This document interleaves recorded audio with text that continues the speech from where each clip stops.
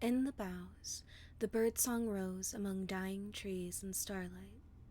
Within the clear night, all went silent to hear its sound, to give heed to the risen chorus as they called for all to gather. In all corners and all nooks, members of the court gathered where the golden had stepped, and where nature now seeks to reclaim.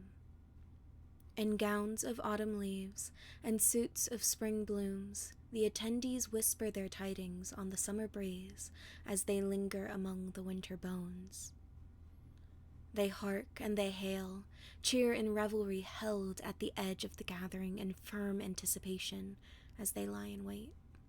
Nature swelled in harmony with the chatter as the birdsong died down when the creak of cages swaying within the wind weaved among the din of noise. A fluff and puff of birds in open cages was ignored by all save one. A figure clad in feather and flower moved among the gray branches with ease as they tended to the birds who dwelled within the many cages of the grove. Shifting unseen among the brittle leaves, they stayed away from the gathering.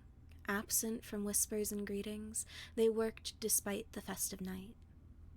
Then, out from the thistle and briar, the king came with the queen, hand in hand to the garden, where the bones lingered from days long gone. They stood in glimmering moonlight as the court gathered. The pair glanced towards the tallest tree, whose roots tangled and weaved within the bones that laid ever waiting, and the court hoped the conductor of the evening would herald its beginning. "Bird keeper, we call for revelry," the king announced, into the withered tree line. Her antlers crowned her head as she stood tall and proud. A gown of spider silk adorned her frame with threads of gold and red woven within. A pair of black feathered wings folded against her back, marking her rank of king for all those gathered to see. "Honor us all with your song." The feathered figure crouched along the bough and looked over those that had gathered.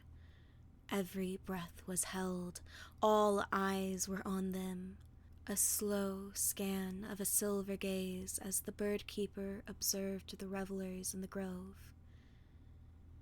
There was a pause. Every figure in the grove frozen like statues of a grave. Then they stepped off the branch into thin air. The wind whipped up, lifted them high above the crowd, keeping the bird keeper aloft like unseen stepping stones. Their arms lifted, and the birdsong rose once more as the keeper began to conduct the feathered orchestra. The king bowed to her queen, and the pair began their dance. Motes and fireflies sprung from light steps as they waltzed across the grove. Flowers bloomed, and nature grew vibrant under their graceful movements. With every step, what was once dead and dying was born anew. Like the shifting of seasons, the anticipation became a festive fervor as the onlookers watched the first dance. Above them all, among the moon and stars, the keeper danced among the wind as they bade their birds to sing. And a dance for one, they twirled and skipped along with the tune, keeping in time with the pair below.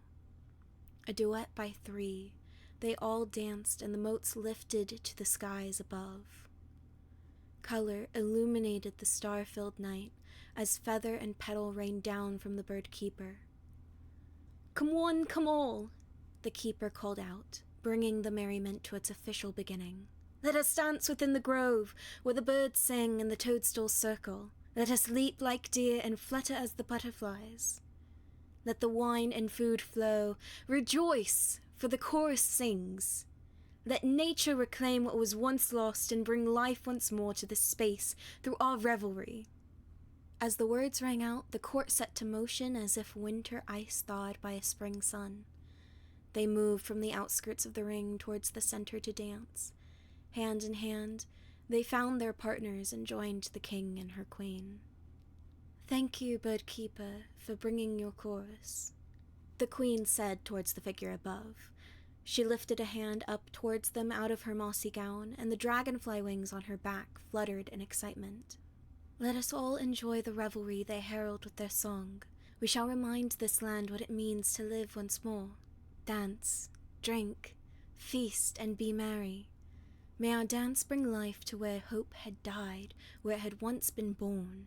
Let the ground where tears had fallen now be renewed with laughter and cheer. The queen turned back to the king, and the pair skipped off to join in the raucous merriment. The long night passed, and music filled the air as the birds continued to sing. They sang and sang as the people danced and danced, until the moonlight dimmed and the sun began to rise. In the morning dew, when the wine was gone and no food remained, the birds took flight. They spiraled and cawed around their keeper, who continued to conduct and dance with glee. For where the weary bones and long-forgotten memories rest, they who are fey and fair will always find their way.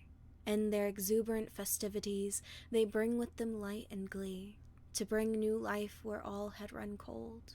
Like spring thaws the winter frost, may the birdsong uplift the hearts of those lost and lonely. For when you hear the birdsong rise, know the bird keeper brings their chorus near, and the court soon follows to bring their cheer.